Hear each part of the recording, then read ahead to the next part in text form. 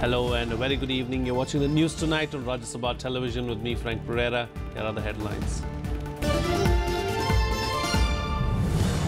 Prime Minister Narendra Modi and Chinese President Xi Jinping hold their first bilateral talks after the Doklam border standoff. Both leaders agree on the need for engagement at all levels, resolve not to allow border issues to flare up into disputes.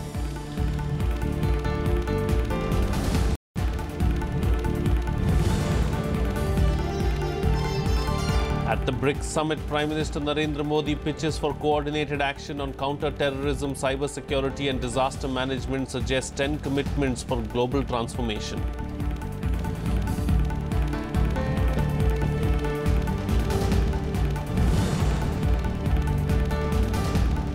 Vice President M. Venkaiah Naidu presents national awards to teachers, emphasizes need to learn local and regional languages in the early stages of education. Diksha portal inaugurated to enable teachers to access courses from YouTube.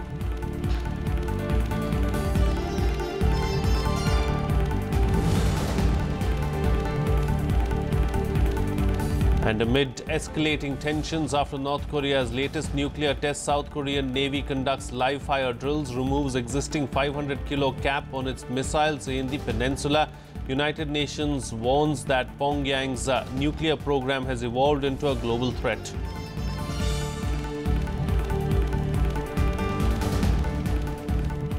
Well, India and China have decided to shun differences and move forward on the path of cooperation, meeting on the sidelines of the BRICS summit in Xiamen.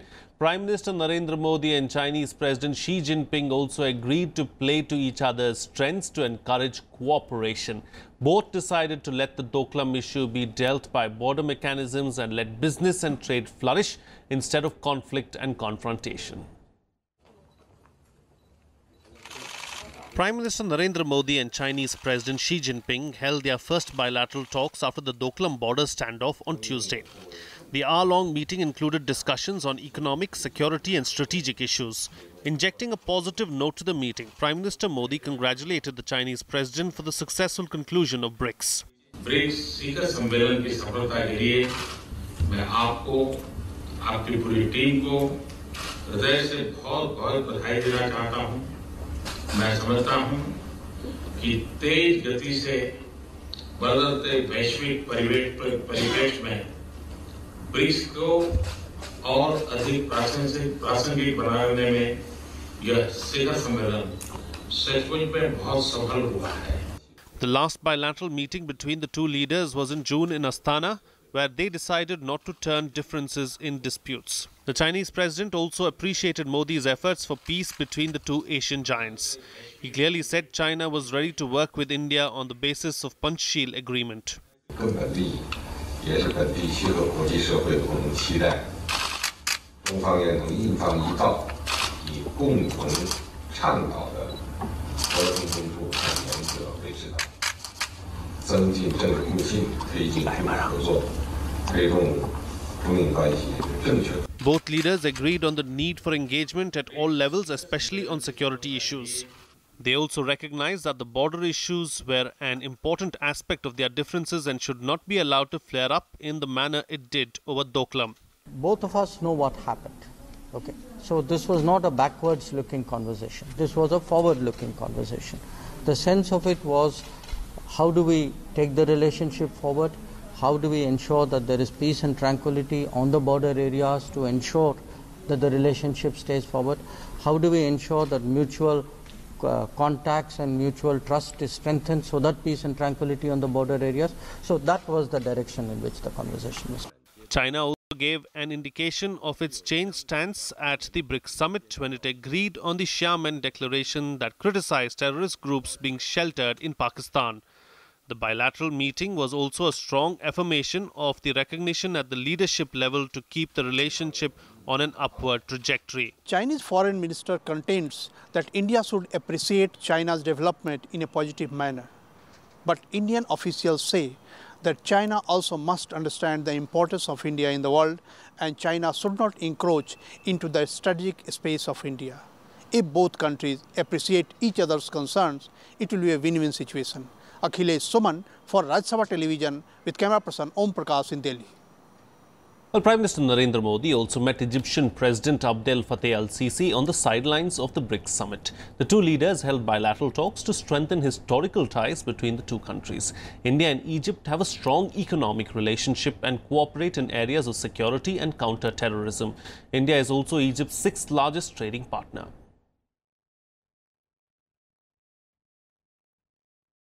Well, after pitching strongly for peace yesterday at the Xiamen BRICS meeting, Prime Minister Narendra Modi on Tuesday followed up by suggesting 10 noble commitments to BRICS leaders to achieve global transformation.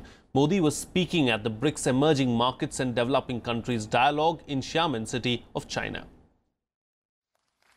Prime Minister Narendra Modi on Tuesday pitched for coordinated action on counter-terrorism, cybersecurity and disaster management. Speaking at the BRICS Emerging Markets and Developing Countries Dialogue in Xiamen, Modi suggested 10 commitments for global transformation. I have spoken about the BRICS driving the global transformation in the next 10 years for it to be a golden decade. I suggest that this can be brought about with our proactive approach, policies and actions on the following 10 noble commitments.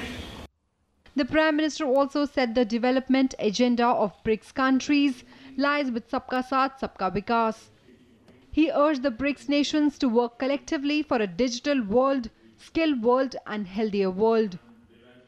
The countries present here together represent almost half of the humanity. Whatever we do will impact the world sustainably. So it is our solemn duty to make a better world, brick by brick, through BRICS.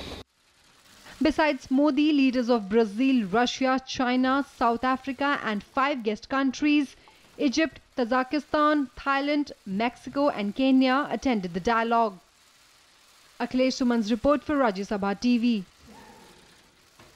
Well, amid mounting international pressure to act against terror groups, Pakistan has rejected a declaration by the BRICS nations that includes China, saying there was no safe haven for terrorists on its soil.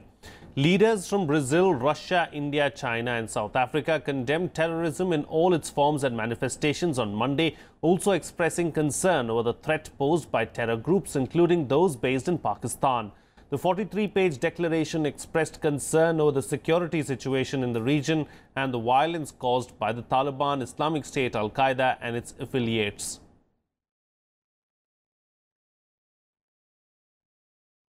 Prime Minister Narendra Modi on Tuesday arrived in Naypyidaw on his first bilateral visit to Myanmar. He met Myanmar President Tin Kyaw, who is hosting a banquet in honor of the Prime Minister. Both leaders discussed steps to deepen India and Myanmar's historical relationship. On Wednesday, the Prime Minister will hold wide-ranging talks with State Councillor Aung San Suu Kyi. After concluding his engagements in Naypyidaw, Modi will travel to Bagan, where India is involved in a development cooperation project. According to reports, the issue most likely to dominate Prime Minister's trip to Myanmar will be the deportation of thousands of Rohingya Muslim refugees from India.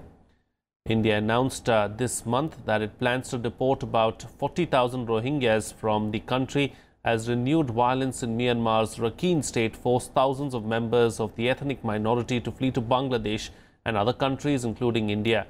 Myanmar's security forces and civilian leader Aung San Suu Kyi have been facing international condemnation over the plight of the Rohingya Muslim minority. According to the UN Refugee Agency, 1,23,000 Rohingya refugees have fled Myanmar to escape the violence. Rohingyas, please be very clear. No human rights organization, no other country can accuse India of intolerant or dealing with Rohingyas in a very inhuman manner. They are illegal immigrants in India. Deportation has to be through a legal process.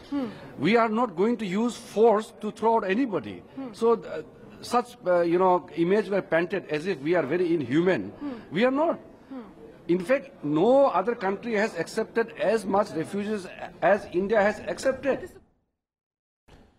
Moving on to some other news now, the second conclave of the BJP-led Northeast Democratic Alliance was held in New Delhi today. Chief ministers of Assam, Manipur, Sikkim, Arunachal Pradesh and Nagaland were present at the meeting, which deliberated on issues like inclusive development, national integration and safe borders.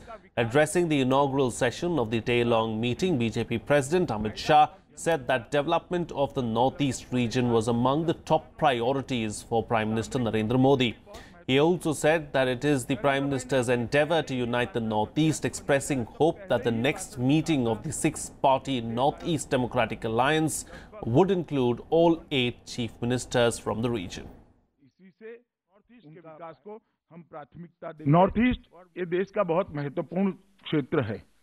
5 crore की जनसंख्या, लगभग 4.25% आबादी देश की north east में रहती है।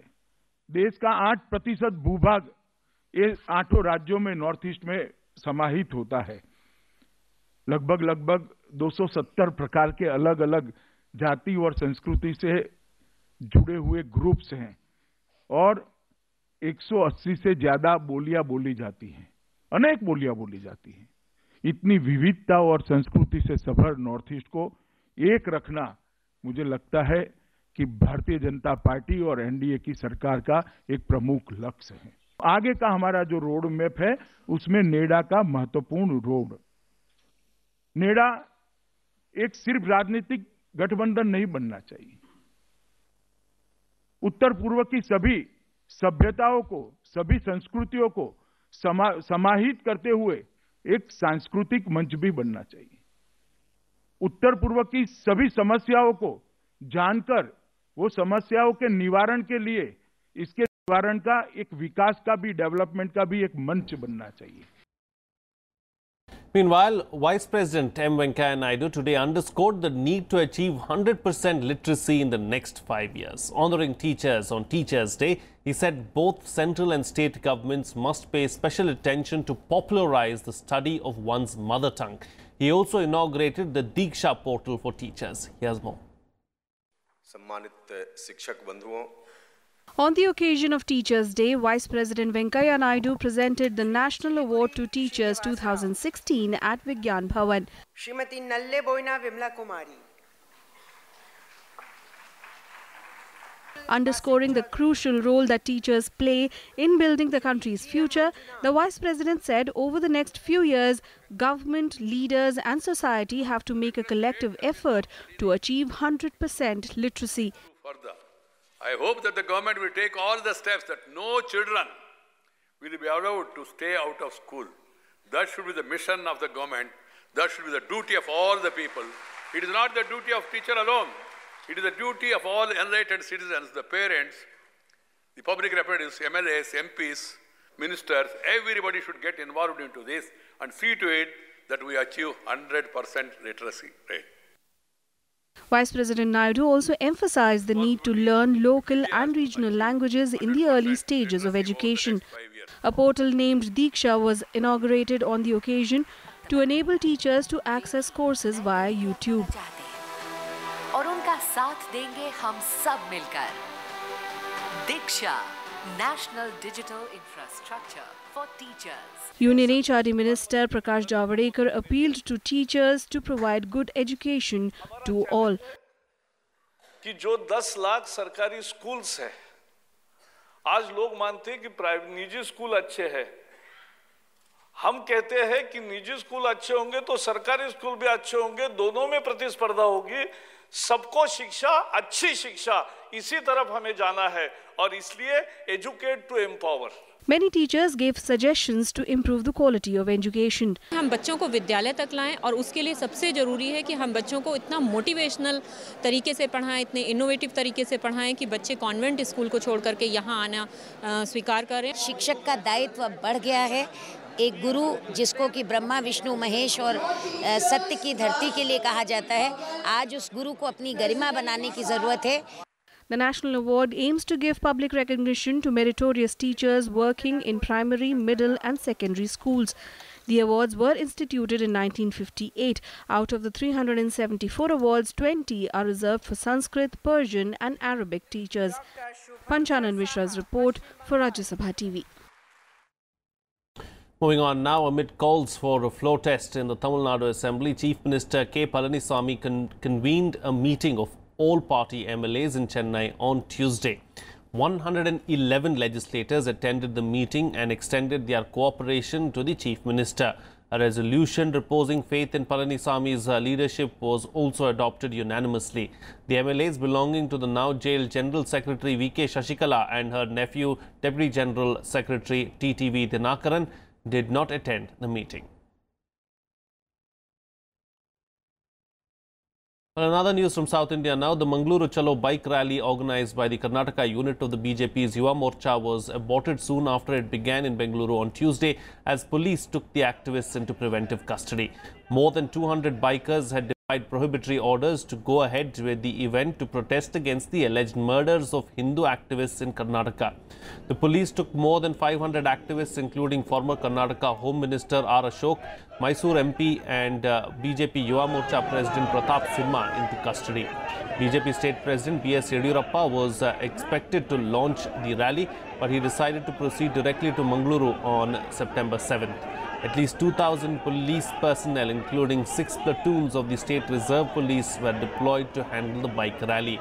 Mangaluru and the coastal districts near it have witnessed repeated Hindu-Muslim tension linked to deadly violence between the RSS and Muslim parties like the Social Democratic Party of India.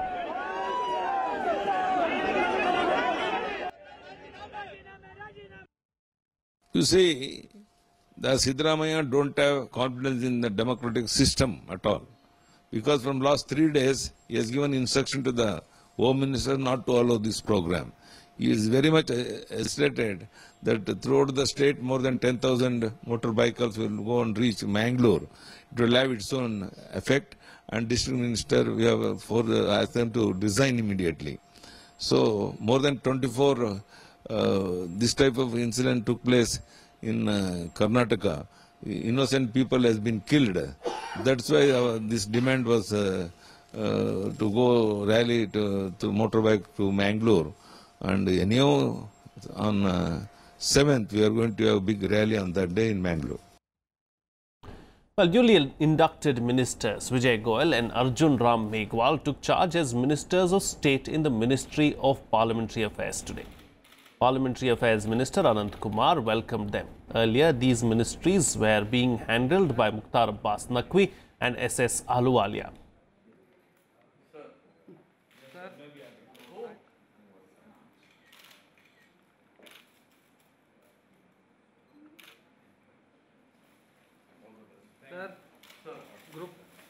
हम तीनों मिलकर के एक team के नाते दोनों सदनों को सुचारू रूप से चलाने की पूरा कोशिश करेंगे। माननीय प्रधानमंत्री नरेंद्र भाई मोदी जी को मैं अभिनंदन भी करना चाहता हूं, धन्यवाद भी देना चाहता हूं। हमें ऐसे दो सक्षम साथियों को देने के लिए। The Minister of State with independent charge, R.K. Singh, took charge of the Ministry of Power and the Ministry of New and Renewable Energy on Tuesday. Singh took over charge from the now Minister for Railways, Piyush Goyal. After taking charge, the new Power Minister said that the country is now energy surplus and that the vision of the ministries has been defined by his predecessor. ऊर्जा मंत्रालय में और MNRE में पिछले 3 वर्षों में बहुत काम हुआ है। नए डायरेक्शंस हुए। अब हम लोग एनर्जी सरप्लस हो गए। इतने कॉम्पिटेंट प्रेडिसेसर के बाद काम करना एक चैलेंज है, तो मैं प्रयास करूंगा कि मैं भी उस चैलेंज पर खड़ा उतरूं। Well, here's a roundup now of some other news from across the country and nationwide. In Uttar Pradesh, commercial services of metro rail started in Lucknow today. Uttar Pradesh Chief Minister Yogi Adityanath and Home Minister Rajnath Singh flagged off the first train. The general public can use the metro from Wednesday morning from 6 a.m. to 10 p.m. every day. 5 metro trains will be available between 8 stations. from Transport Nagar to Charbagh, covering 8.5 kilometers.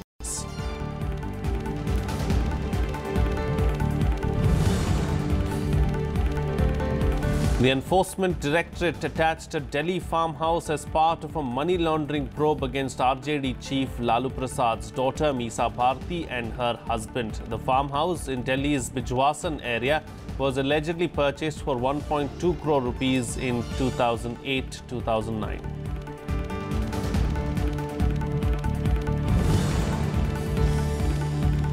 Arunachal Pradesh Health and Family Welfare Minister Jomde Kena passed away on Monday at a private hospital in Guwahati. 52-year-old Kena was undergoing treatment for the past 1 month. Prime Minister Narendra Modi expressed his grief on Kena's demise.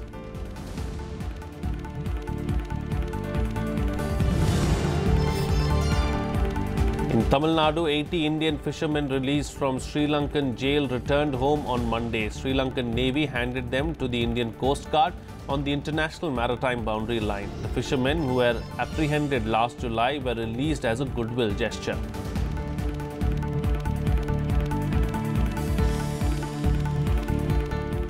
Well, moving on to some international news. Now, world leaders have once again condemned and called up stringent sanctions against North Korea. This after North Korea conducted its 6th and the most powerful nuclear test on Sunday. Here's more. Amid escalating tensions on the Korean peninsula after North Korea's latest nuclear test 2 days ago, the South Korean Navy conducted live-fire drills in the East Sea on Tuesday. Both South Korea and United States have also agreed for an unlimited warhead weight allowance on South Korean missiles from the existing cap of 500 kilos. 우리 정부의 한반도 비핵화 원칙에는 변함이 없습니다. 어제 장관께서 말씀하신 것은 북한의 6차 핵실험 등 핵미사일 위협이 심대한 안보 상황에서 North Korea faced further international outrage over Sunday's test, with countries calling for more urgent, stringent sanctions on the reclusive state. The United States urged the UN Security Council to adopt the strongest sanctions to stop Pyongyang's nuclear program. At a Security Council meeting, US Ambassador Nikki Haley said Kim Jong-un was begging for war and urged the 15-member group to adopt the strongest possible measures to deter him. Am Sonntag mit dem französischen Präsidenten telefonierte der Bundesaußenminister, ist in Kontakt mit seinem Kollegen. Es wird ein Außenministertreffen am Wochenende in Gymnich geben, wo wir über weitere Sanktionen von europäischer Seite gegenüber Nordkorea beraten werden. Das ist auch dringend erforderlich. 北朝鮮が非核化の意思を明確にするために、今我々がやらなければいけないことは、この北朝鮮が核あるいはミサイルの開発のために使っている資金の流れというものを止める必要があるんだろうと思います。Kim Jong-un's action cannot be seen as defensive. He wants to be acknowledged as a nuclear power. But being a nuclear power is not about using those terrible weapons to threaten others. His abusive use of missiles and his nuclear threats show that he is begging for war. United Nations nuclear watchdog also warned that South Korea's nuclear program had evolved into a global threat. The situation in North Korea is very bad because they have declared to have withdrawn from the NPT. They have expelled all the IAEA inspectors and have developed nuclear weapons. They keep on launching missiles. They are threatening neighboring countries. North Korea on Sunday conducted its 6th and most powerful nuclear test yet, claiming to have developed an advanced hydrogen bomb. The U.S. Geological Survey recorded a resulting tremor of 6.3 magnitude, and scientific evidence showed that the nuclear device detonated was almost 7 times the bomb that destroyed Hiroshima. Bureau Report, Rajya Sabha TV. Well, here's a roundup of some other international news and global buzz. Hurricane Irma, which is barreling towards the Caribbean and southern United States, was upgraded to a powerful Category 4 storm on Monday. Islands in its path braced for possible life-threatening winds, storm surges and flooding. Hurricane warnings were issued for territories that dot the West Indies, including parts of the Leeward Islands. The British and US Virgin Islands and Puerto Rico Irma, which is packing 215 km/h winds, also threatens the U.S. East Coast and Florida, which declared a state of emergency. According to the Hurricane Center, Irma is expected to reach southern Florida by Saturday.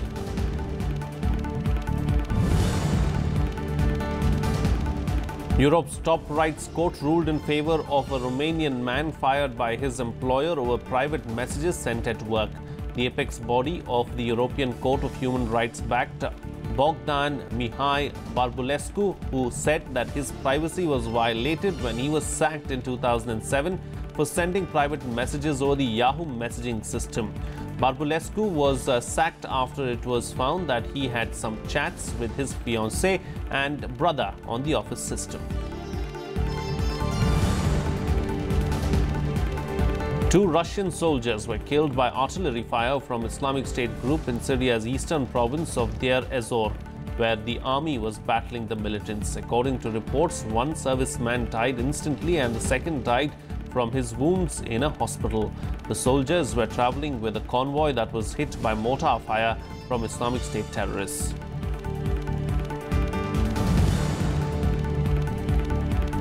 Cambodia's opposition leader Kem Sokha has been charged with treason for allegedly conspiring with the US to topple the government and could face up to 30 years in prison if convicted. Sokha was expected to lead his Cambodia National Rescue Party in next year's election, seen as a strong challenge against the ruling Cambodian People's Party of Prime Minister Hun Sen. Kem Sokha's party has denied the treason allegation, saying the charge is politically motivated. Well, let's now shift focus and bring you up to speed with some sports news in Sports Beat. In the US Open, Rohan Bopanna and his mixed doubles teammate Gabriela Dabrowski bowed out from the tournament. In their quarterfinal match, the 7th-seeded Indo-Canadian pair lost to their third-placed rivals, Kiwi-Taiwanese duo of Michael Venus and Hao Ching Chan, 6-4, 3-6, 8-10. Meanwhile, Sania Mirza is the only Indian player left in the tournament.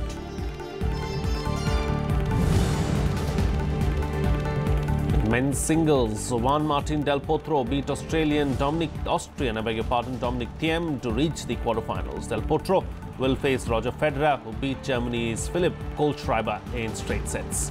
24th-seeded Potro defeated Thiem 1-6, 2-6, 6-1, 7-6, 6-4, while Federer beat Kohlschreiber 6-4, 6-2, 7-5 without facing a break point. In another match, world number 1 Rafael Nadal reached the quarterfinals of the US Open with a 6-2, 6-4, 6-1 victory over Ukraine's Alexander Dolgopolov on Monday. Nadal will face Andrei Rublev in the quarterfinals. Rublev defeated 9th-seeded David Goffin 7-5, 7-6, 6-3 to reach the quarterfinals. Justin Thomas became the first 5-time champion on the PGA Tour this season after winning the Dell Technologies Championships in Massachusetts. Thomas emerged from a 3-way tussle to beat fellow American Jordan Spieth by 3 strokes at TPC Boston, while Australian Mark Leisham finished third. Thomas carded 66 to finish at 17 under par, 267, while Spieth bogeyed the last to shoot 67.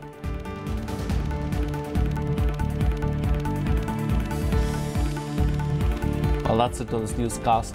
Good night.